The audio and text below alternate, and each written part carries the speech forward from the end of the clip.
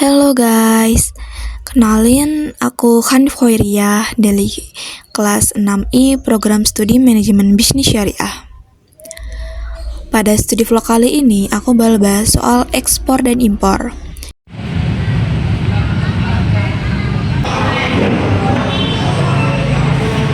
Sebelum kita bahas topik utama, aku mau bahas sedikit mengenai bisnis internasional.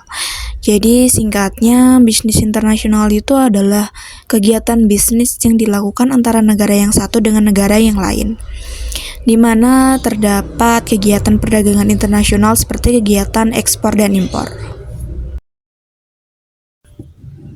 Pengertian ekspor.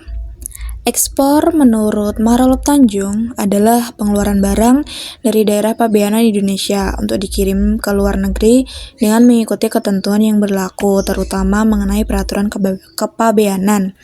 Secara sederhana, ekspor diartikan sebagai kegiatan mengeluarkan barang dari dalam negeri ke luar negeri dengan memenuhi ketentuan dan peraturan yang berlaku.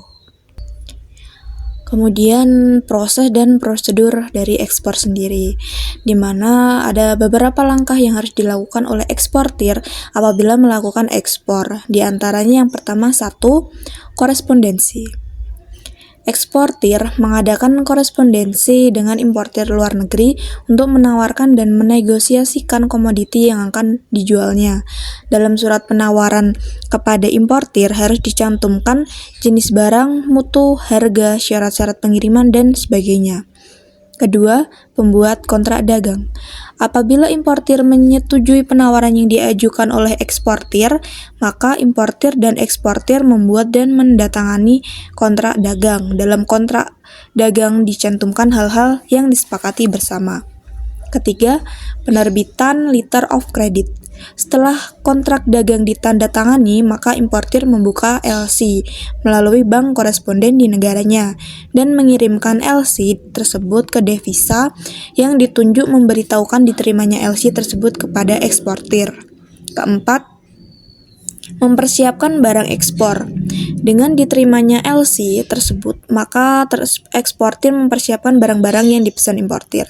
Keadaan barang-barang yang dipersiapkan harus sesuai dengan persyaratan yang tercantum dalam kontrak dagang dan LC.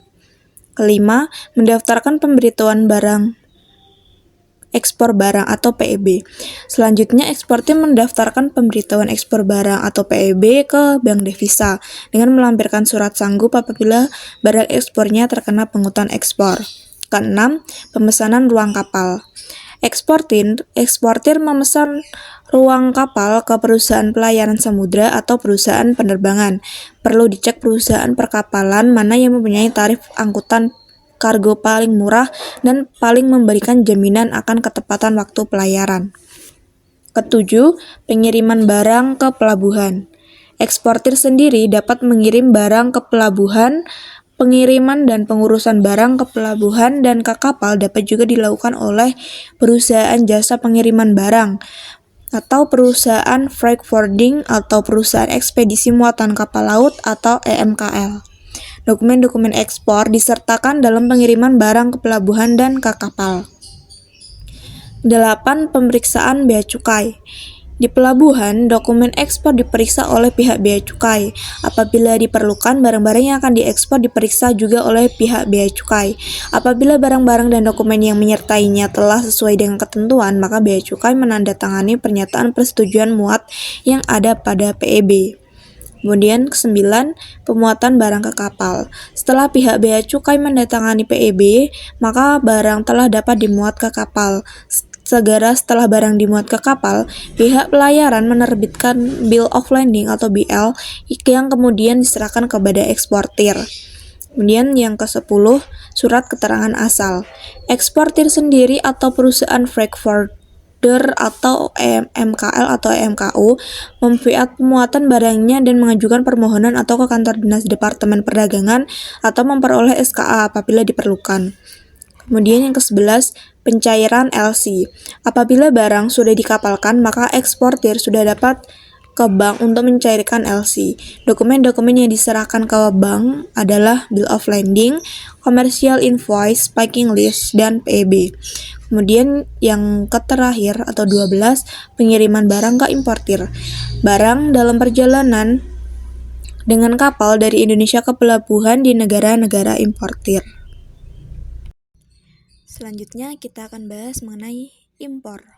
Menurut Maralop Tanjung, pengertian impor adalah kegiatan perdagangan dengan cara memasukkan barang dari luar negeri ke dalam daerah pabean Indonesia sesuai dengan ketentuan peraturan dan undang-undangan yang berlaku. Impor secara umum adalah kegiatan membeli barang atau jasa dari luar negeri. Kemudian proses dan prosedur impor. Yang pertama, buyer seller.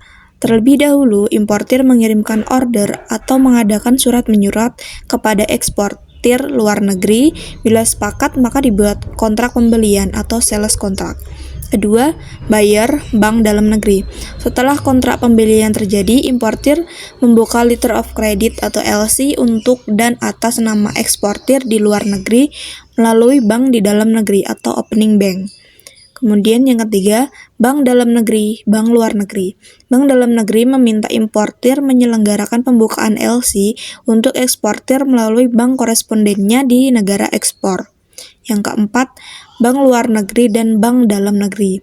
Shipping dokumen diterima oleh bank di dalam negeri dari korespondennya di luar negeri. Kelima, bank dalam negeri dan buyer. Bank di dalam negeri mengakseptir atau menghonorir vessel yang ditarik oleh eksportir dan dikirimkan dengan shipping dokumen dan kemudian menyelesaikan perhitungan tagihannya dengan importir. Setelah itu, barulah bank menyerahkan shipping dokumen kepada importir. Yang keenam, bayar pelayaran. Importir menyerahkan bill of lading atau BL kepada maskapai pelayaran atau agennya yang mengangkut barang-barang itu untuk ditukarkan dengan delivery order atau DO. Kemudian yang ketujuh, bayar dan pabean. Importir menyelesaikan berbagai bea masuk dengan pabean. Kemudian yang kedelapan, bayar dan pelayaran. Importir mengambil komoditi dari maskapai pelayaran setelah formulir impor dan PIB dipenuhi.